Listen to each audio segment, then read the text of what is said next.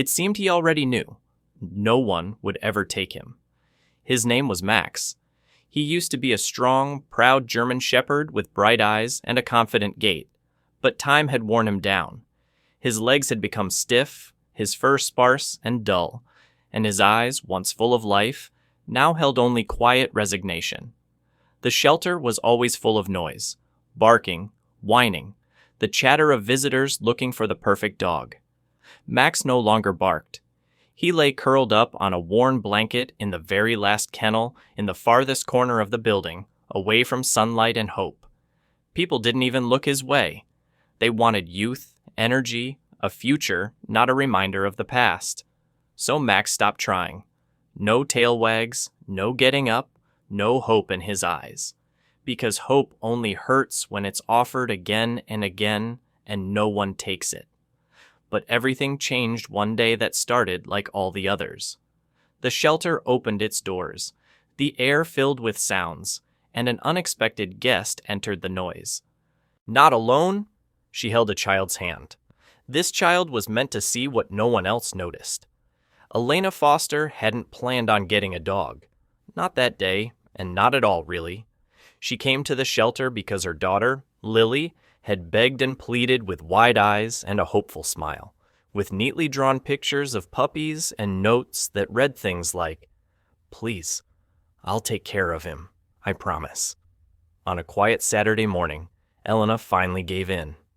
"We're just looking," she reminded Lily as they got out of the car. "We're not taking anyone home." "I know," Lily replied.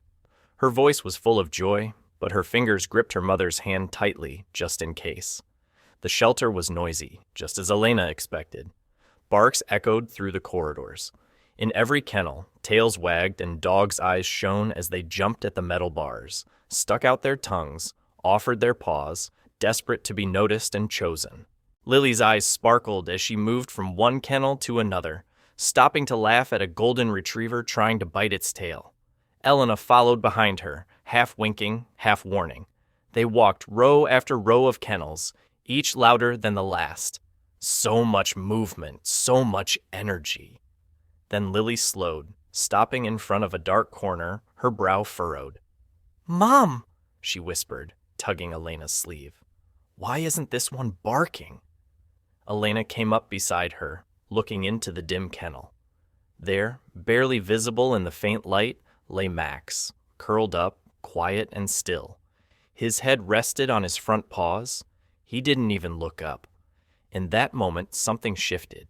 The noise of the shelter seemed to quiet because for the first time, someone had stopped. Lily pressed her face against the kennel bars.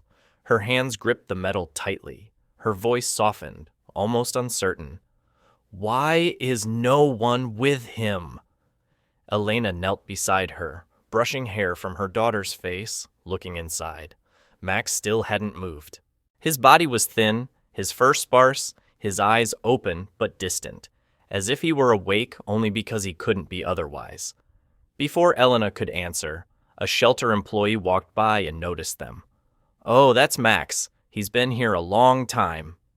"How long?" Lily asked. Her voice was surprisingly even. The employee sighed. "Over a year. He's an older dog, came here after his owner died. The family didn't want him."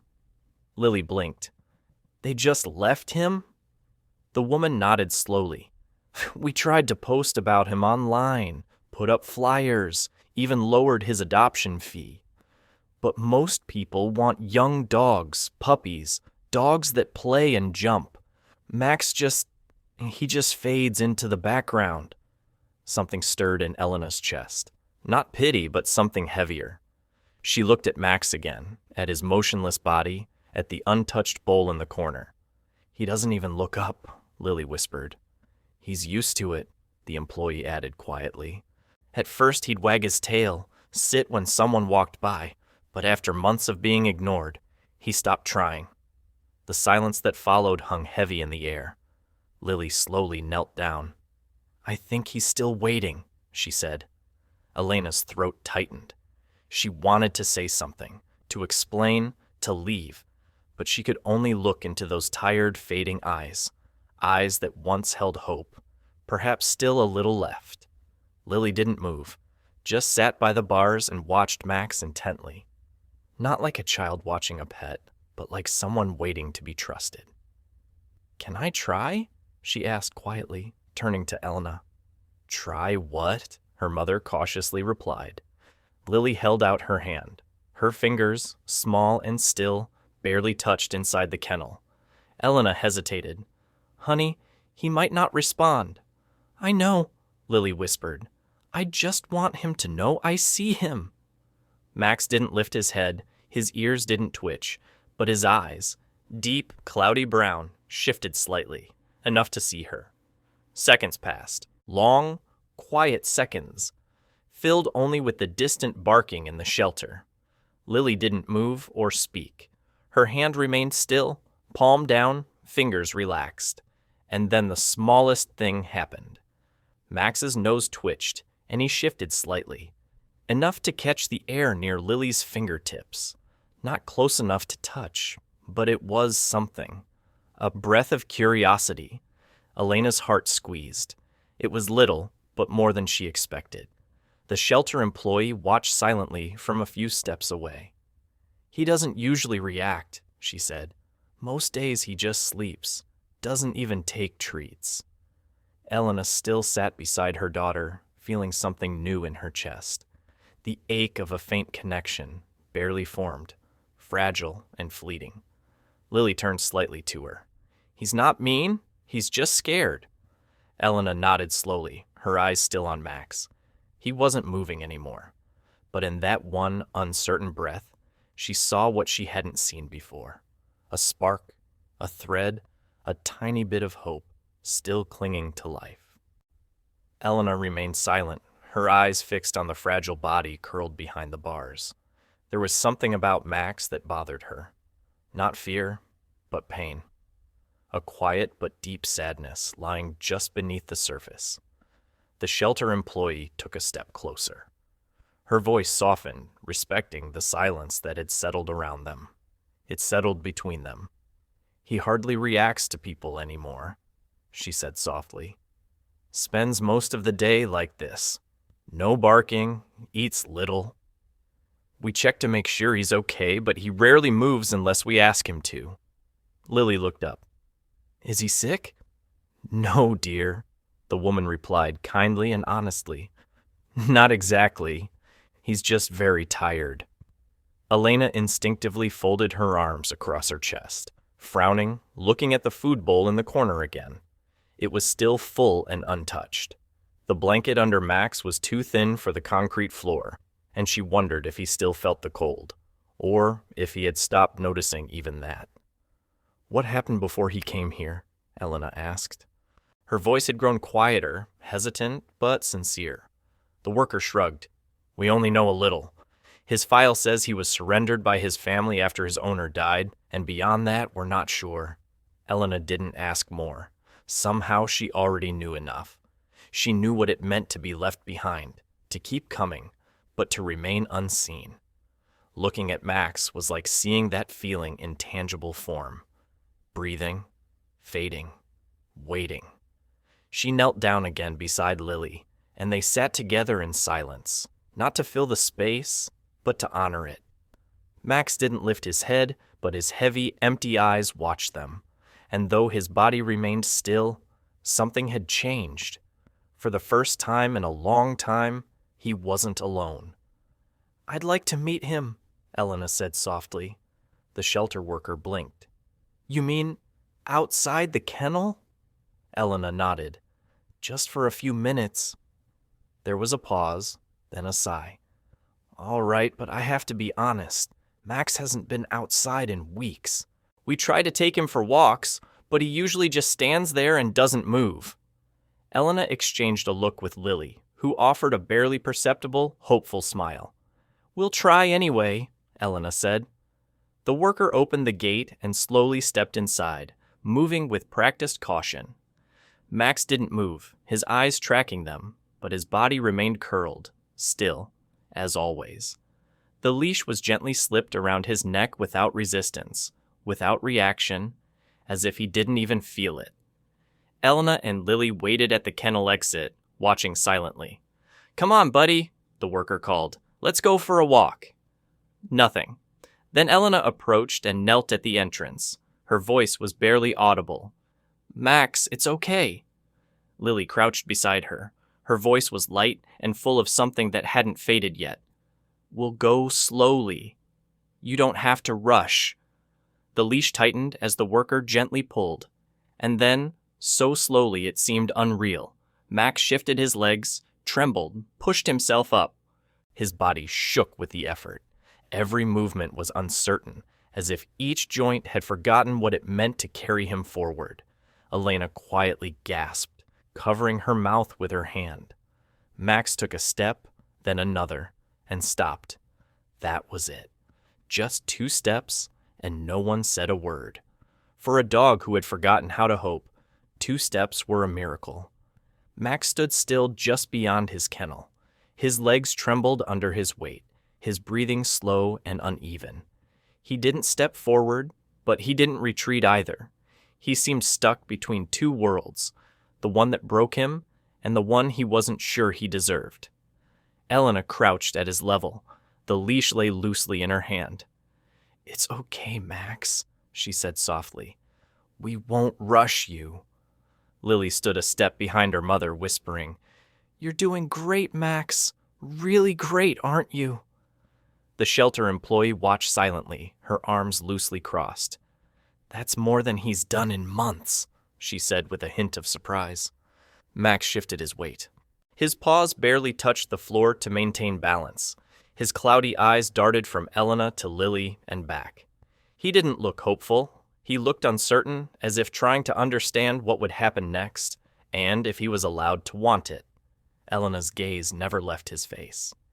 "He tried to survive," she said quietly to the worker, "but no one gave him a reason to try to live again." The woman hesitated, then nodded. "It's hard for older dogs. It takes patience and a lot of heart. They don't always recover." Elena looked down at Max. Her chest tightened. "Maybe they don't need to recover," she replied. "Maybe they just need a soft place to land." The worker blinked. "You mean?" Elena slowly rose, still holding the leash. "I want to take him home," Lily gasped quietly. "Really?" Elena smiled gently at her daughter. Then she looked back at Max. "He may be old, he may be tired, but he's not invisible to us." The shelter worker exhaled with a smile, a corner of her mouth twitching. "Well, let's start the paperwork." Max didn't understand the words, but when Elena knelt down again to meet his gaze, something in her voice made his ears twitch, and, perhaps for the first time in a long time, he allowed himself to believe that this might not be another false moment. And this time, someone truly meant it. The car ride was quiet. Max lay curled up in the back seat. His fragile body rested on a folded blanket Elena had taken from the trunk. He didn't whine, didn't move, didn't panic. He just lay there.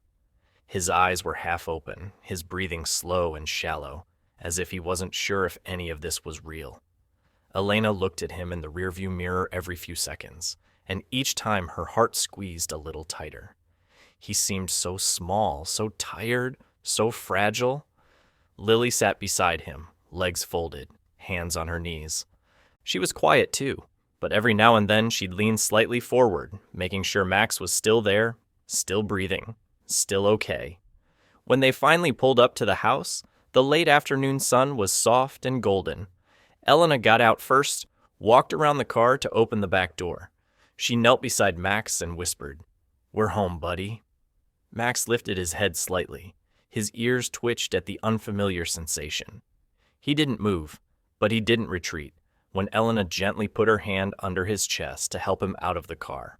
His legs trembled as he stood. He hesitated, then slowly took a step forward. The small fenced yard was quiet, the house cozy and peaceful. On the porch, a bowl of clean water sat next to a new dog bed Lily had chosen. Elena opened the door and stepped aside, giving Max space. He stopped at the threshold. No metal bars, no concrete floor, no barking, just silence. He turned his head to her. "You're safe now," she whispered. and Max walked inside. The first thing he did wasn't to lie down, but to slowly, uncertainly, walk past the water bowl, past the soft bed by the fireplace. He wandered through the quiet house, sniffing corners, testing the silence. His paws made almost no sound on the wooden floor. Then suddenly, he stopped in front of Elena and gently rested his head on her leg. Elena froze. Her breath caught in her throat. She knelt on the floor, her eyes level with his. Her hand found its way to his coarse fur, stroking gently. "You're home now, Max," she whispered. Behind her, Lily knelt and gently hugged him around his middle. Max didn't flinch, didn't pull away. He allowed them into his life. That night, he curled up on the dog bed by the fireplace. His body finally rested. His breathing became soft and deep. His tail wagged once, slowly, lazily. And that was enough, because for a dog who had been forgotten, he was seen. A little girl asked, "What about him?" And that changed everything. Max wasn't a broken dog. He was a dog who just needed someone to believe in him again. And now, after so many days of silence, after so many nights alone, he wasn't waiting anymore. He was finally home.